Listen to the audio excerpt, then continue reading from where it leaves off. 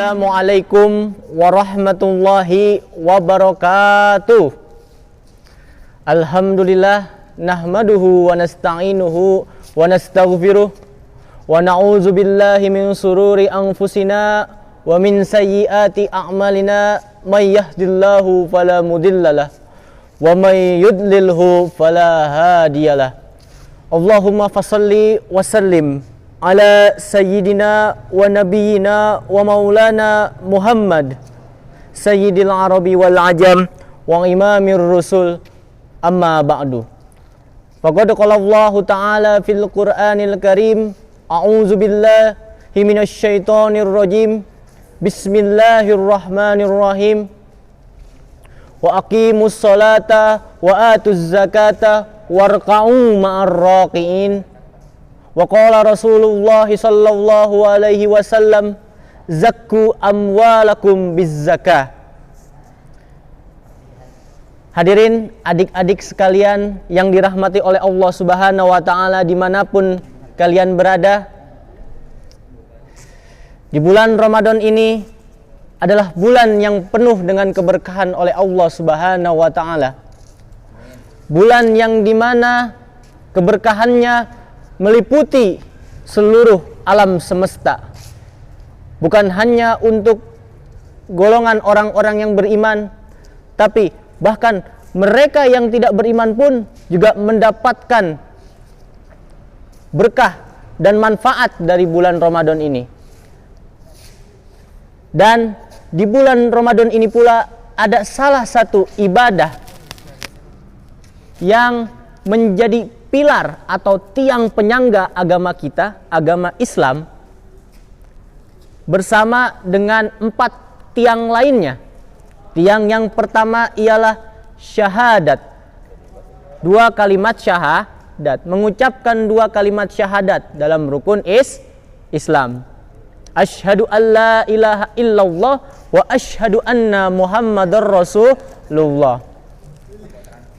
Lalu yang kedua adik-adik sekalian adalah aqimus shalah, yaitu mendirikan atau mengerjakan sholat 5 waktu yang biasa atau yang harus, yang wajib kita lakukan setiap hari, setiap malam, 5 waktu.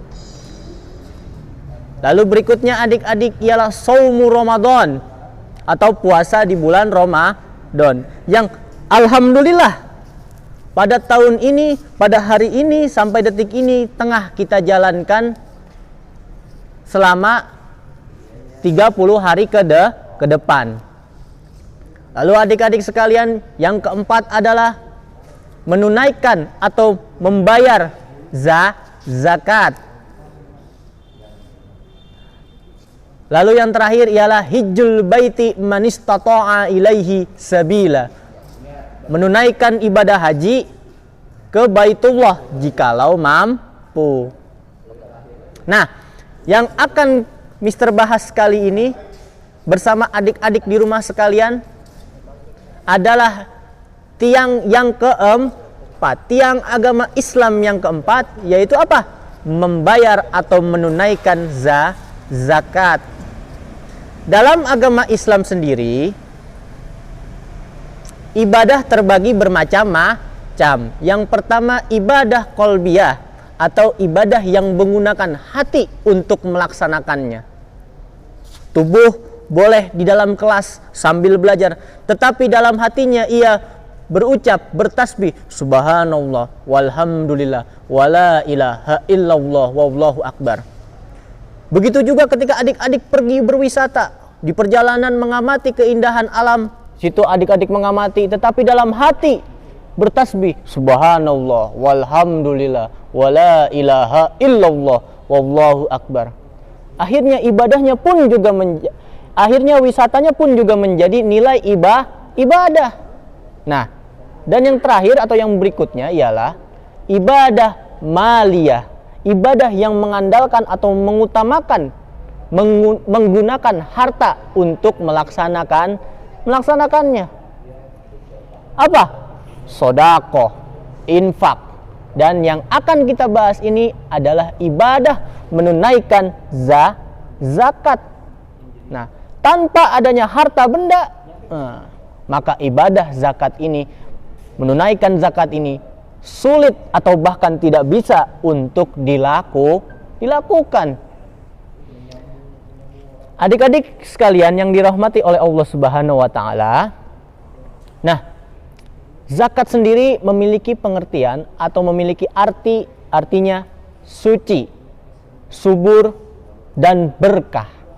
Nah, menurut istilahnya zakat ini adalah sejumlah harta yang diberikan untuk membantu golongan-golongan atau orang-orang tertentu sesuai dengan syarat atau ketentuan dalam agama Islam. Nah, dan hukumnya adalah wajib bagi mereka yang mampu. Nah, yang mampu secara apa? Secara harta benda. Nah,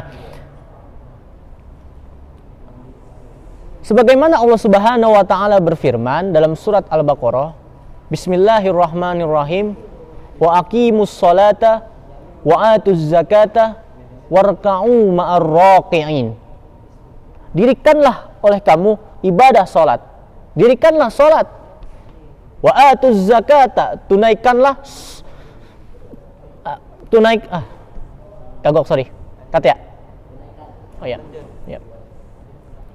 tunaikanlah zakat dan rukuklah kamu bersama orang-orang yang ruku. Surah Al-Baqarah ayat 43. Nah, Rasulullah SAW juga bersabda, "Zakku amwalakum bizzakah." Bersihkanlah hartamu dengan zakat. Artinya Allah Subhanahu wa taala memerintahkan kepada kita tidak hanya mendirikan sholat, tetapi juga membayar zakat. Selain itu Rasulullah juga telah bersabda, artinya apa? Bersihkanlah harta bendamu dengan membayar atau menunaikan zakat. Adik-adik sekalian yang dirahmati oleh Allah Subhanahu wa taala, dan ada beberapa syarat atau ketentuan dalam menunaikan ibadah atau membayar zakat, yang mana jikalau salah satunya tidak dilaksanakan atau tidak dipenuhi, maka ibadah zakat ini akan tidak bisa atau tidak sah untuk dilakukan. Syarat yang pertama ialah haruslah seorang muslim. Syarat untuk menunaikan zakat. Yang kedua ialah merdeka. Apa pengertian di sini? Merdeka ialah bukanlah seorang hamba sahaya, atau dalam bahasa kasarnya mungkin seorang budak. Nah, kalau dulu iya, zaman Nabi ketika ajaran Islam baru pertama kali turun, ada pula masih banyak yang namanya perbudakan. Nah, boleh nggak seorang budak ini, atau ada nggak kewajiban budak ini membayar zakat? Maka ia tidak bisa membayar zakat. Nah, kalau sekarang alhamdulillah kita semua telah bebas dari yang namanya perbudakan. Yang berikutnya ialah akil balik. Berakal, akalnya sehat, tidak gila. Lalu balik, bisa membedakan mana yang baik dan mana yang buruk, sudah mengerti. Akalnya sudah sampai, sudah umurnya sudah dewasa. Lalu berikutnya ialah nisab. Hartanya harus memenuhi kadar ukurannya yang harus dikeluarkan dalam menunaikan zakat. Dan hartanya pula milik sendiri, atau haul disebutnya dalam agama Islam. Haul harus milik sendiri dan tidak boleh milik orang lain. Harta ini harus milik sendiri dan dihasilkan dari usaha sendiri selama satu tahun. Jadi dalam 1 tahun harta benda itu adalah milik kita, milik full. Nah, Lalu berikutnya ialah niat. Apa niatnya? Nawaitu an ukhrijaz zakata an nafsi fardu lillahi ta'ala. Saya niat mengeluarkan atau menunaikan zakat untuk diri saya fardu karena Allah Ta'ala. Nah, berikutnya yang paling penting ialah ijab qabul. Apa itu ijab qabul? Ialah serah terima dengan apa? Dengan orang yang menyalurkan zakat atau amil zakat. Nah, ibadah zakat ini berbeda dengan ibadah maliyah lainnya, berbeda dengan sodakoh ataupun infak. Ibadah zakat harus apa? Ada ijab qabul, serah terima. Kalau sodakoh, kalau infak, dia tak perlu yang namanya serah terima atau ijab qabul. Cukup dimasukkan ke kotak amal. Adik-adik datang ke masjid, lalu masukkan sejumlah uang ke dalam kotak amal.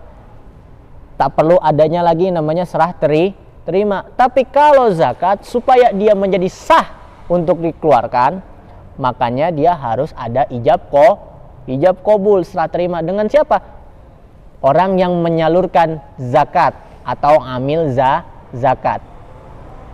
Adik-adik sekalian yang dirahmati oleh Allah Subhanahu wa taala, selain itu ada beberapa golongan atau orang-orang yang berhak untuk menerima zakat. Di antaranya ada 8 golongan. Golongan yang pertama ialah golongan fakir. Apa itu orang-orang fakir? Golongan fakir ialah orang-orang yang tidak memiliki apapun dalam hidupnya. Tidak punya harta benda, rumah tidak punya, pakaian sudah compang-camping, tinggal di jalanan, di kolong jembatan, atau di pinggiran toko. Dialah orang-orang fakir.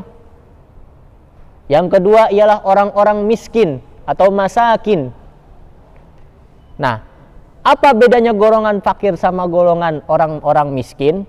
Kalau golongan fakir memang dia tidak punya apa-apa. Tidak punya apa-apa, harta benda pun mereka tidak punya.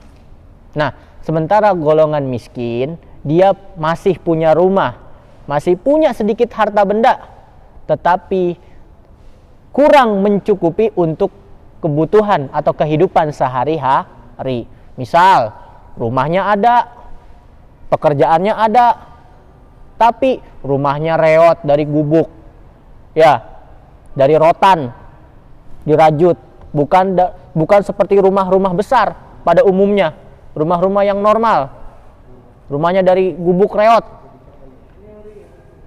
Ya, lalu pekerjaannya ada, tapi pekerjaannya hanya menghasilkan sedikit uang untuk kebutuhan sehari-hari. Buat bayar listrik susah, buat makan anak susah, buat sekolah anak susah. Itu termasuk dalam golongan-golongan orang yang miskin, yang berhak untuk menerima zakat atau disebut mustahik zakat. Yang ketiga ialah golongan Ibnu Sabil. Yang menempuh Siapa itu Ibnu Sabil? Belajar ialah golongan atau orang-orang yang jauh. menempuh Misalkan, perjalanan jauh adik-adik untuk belajar. Misalkan dari Indonesia jauh-jauh belajar ke Mekah, jauh belajar ke Madinah, jauh belajar ke Mesir. Itu berhak menerima apa? Menerima zakat atau mustahik zakat.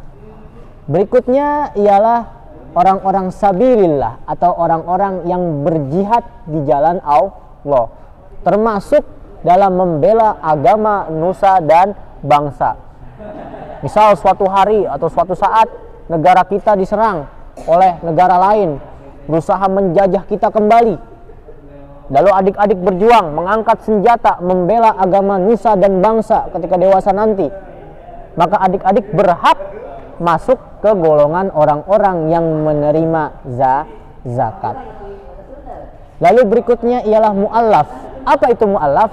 Ialah orang yang baru memeluk Islam, yang imannya masih lemah, yang perlu diberikan tuntunan, maka ia berhak menerima zakat. Nah, lalu berikutnya adik-adik, golongan berikutnya ialah golongan gharim atau golongan orang-orang yang terlilit hutang.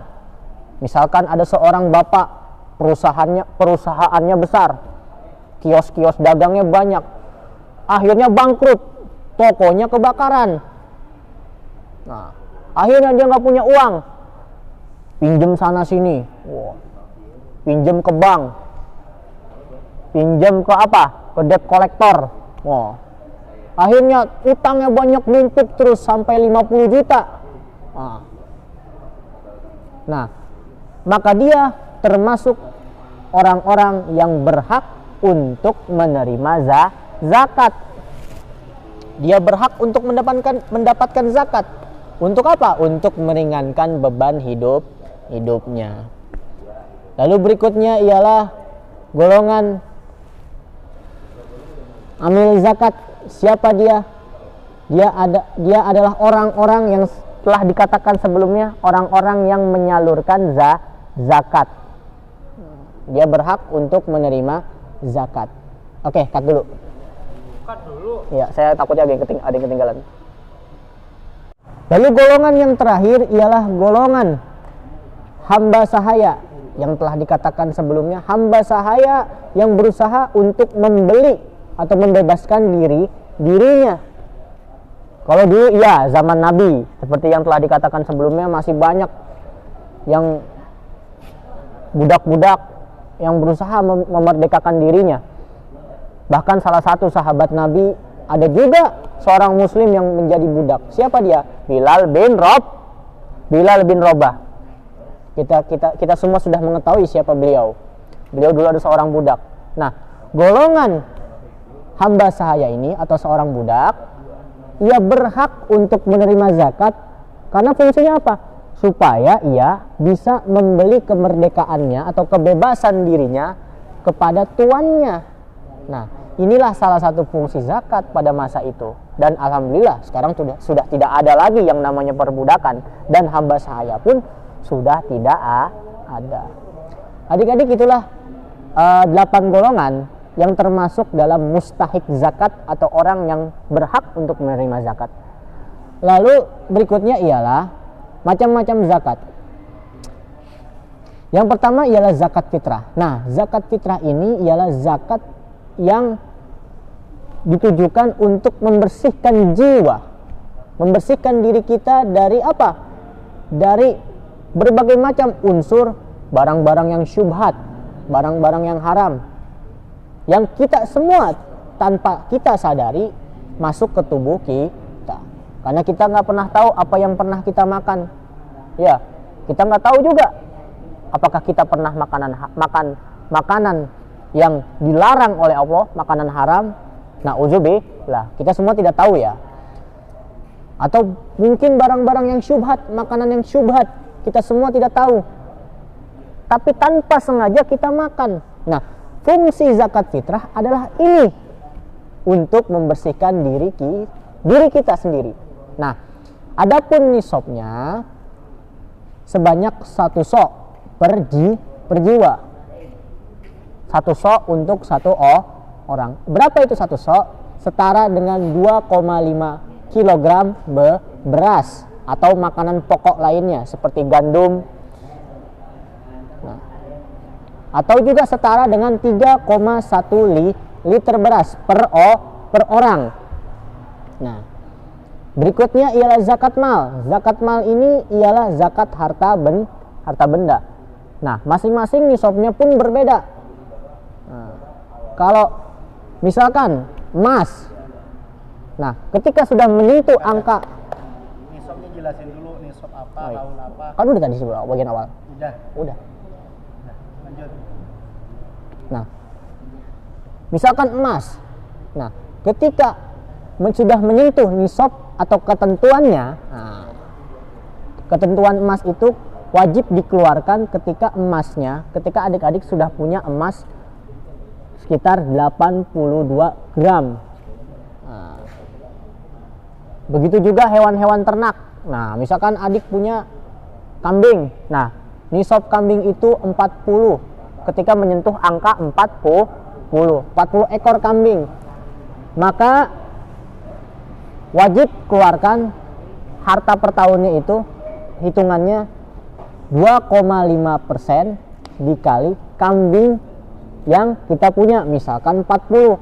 Nah, berarti jumlahnya 40 dikali 2,5%, maka hasilnya 1. Berarti setiap 40 kambing, kita punya 40 kambing, kita sisihkan untuk membayar zakat. Adik-adik sekalian yang dirahmati oleh Allah Subhanahu wa taala, begitulah macam-macam zakat, dari mulai zakat fitrah dan zakat mal atau zakat harta. Nah, kalau zakat fitrah fungsinya untuk membersihkan jiwa kita. Nah, kalau zakat mal fungsinya untuk membersihkan harta benda yang kita miliki. Karena kita nggak tahu pernah ada masuk gak dalam harta kita tuh barang-barang yang gak jelas, barang-barang yang syubhat, atau mungkin na'udzubillah barang-barang yang haram. Ya, karena kita nggak tahu. Nah, maka dengan zakat fitrah ini dan zakat mal ini, itu semua jiwa kita, harta kita itu dibersihkan. Gitu. Adik-adik sekalian yang dirahmati oleh Allah Subhanahu wa taala dimanapun kalian berada. Nah, zakat ini fungsinya tadi membersihkan harta dan jiwa kita. Nah, sebagaimana Rasulullah SAW bersabda, "Zakku amwalakum bizzakah." Bersihkanlah harta kamu dengan zakat, dengan menunaikan zakat. Nah, berikutnya, adik-adik sekalian, zakat mengingatkan kita bahwa di dalam 2,5% harta benda yang kita miliki terdapat hak untuk saudara-saudara kita, dan itu wajib untuk diberikan. Nah, makanya nih, saya bilang setiap hari, hidup yang enak itu hidup model tukang parkir di jalanan. Nah, tukang parkir, mobilnya banyak, motornya banyak, mereknya bagus-bagus, nggak pernah sombong. Nah, apa yang bisa diambil dari kehidupan tukang parkir? Tukang parkir menyadarkan kita bahwa ia tidak pernah merasa memiliki, tetapi merasa dititipi. Nah, ini muatannya. Tukang parkir mengajarkan kita bahwa setiap harta yang kita miliki ialah titipan, dan titipan itu pertama wajib dijaga baik-baik. Dengan cara apa? Membagikan harta kita, harta yang kita miliki yang telah dititipkan kepada kita, kepada orang-orang yang membutuhkan. Itulah fungsi zakat, agar kita membagikan rizki yang Allah berikan kepada kita kepada orang-orang yang berhak untuk menerimanya. Ada orang harta banyak, duit banyak, politnya na'udzubillah, mentang-mentang kaya, sombong, padahal harta itu cuma titipan. Mr. Fahri, titip mobilnya? Oh iya Pak, silahkan. Begitu orang yang punya mobil pergi, saya pakai tuh mobil, gaya. Gak boleh, harta itu titipan, harus diberikan, harus dijaga baik-baik sesuai dengan perintah Allah Subhanahu wa taala dalam menunaikan zakat. Nah, adik-adik, ada satu poin terakhir yang ingin Mister sampaikan kepada kalian di rumah.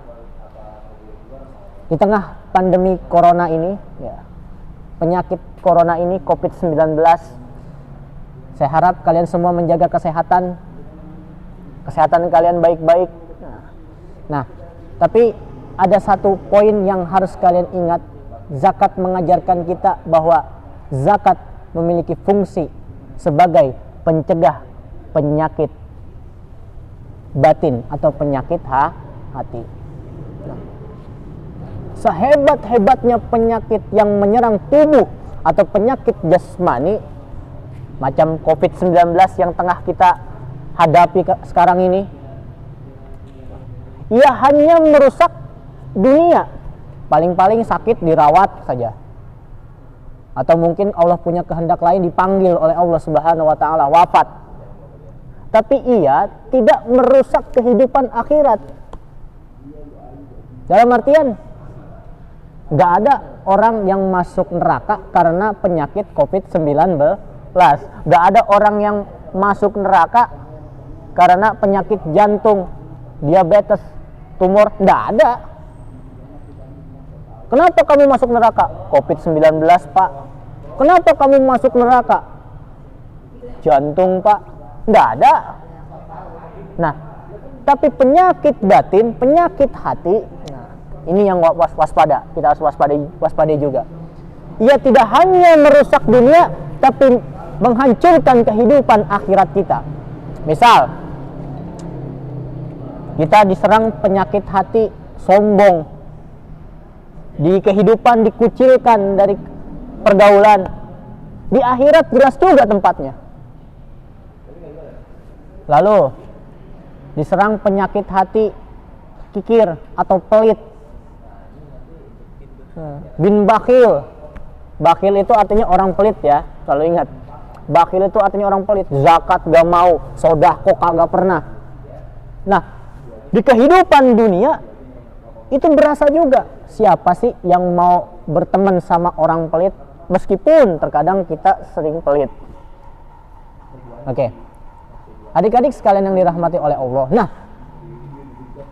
ibadah zakat ini itu mencegah yang namanya penyakit hati, karena zakat mengajarkan kita untuk merasakan penderitaan orang lain, untuk merasakan bagaimana susahnya golongan-golongan yang 8 tadi.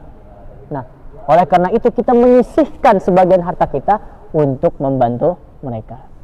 Hadirin, adik-adik sekalian dimanapun kalian berada, mungkin itu yang bisa saya sampaikan. Selebihnya mohon maaf. Marilah kita sama-sama berdoa kepada Allah Subhanahu wa taala supaya Ramadan ini menjadi momen di mana semua amal ibadah kita diterima oleh Allah Subhanahu wa taala dan kita terlahir dalam 1 bulan ke depan, dalam bulan depan nanti sebagai manusia yang kembali fitri atau fitrah, atau manusia yang kembali suci di hadapan Allah Subhanahu wa taala. Terima kasih. Hadanallahu wa iyyakum majma'in. Wassalamualaikum warahmatullahi wabarakatuh.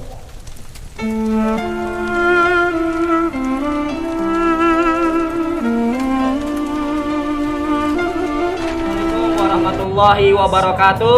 Hamdan wa syukran lillah wa la haula wa la quwata illa billah. Amma ba'du.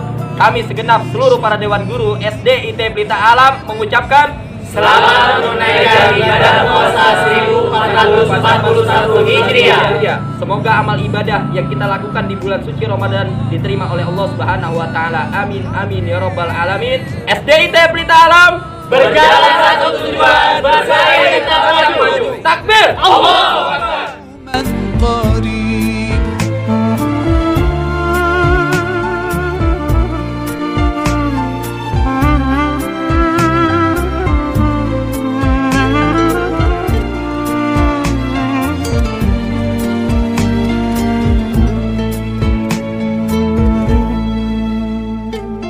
Love is everywhere, so much peace fills up the air. Ramadan, month of the Quran, I feel it inside me, strengthening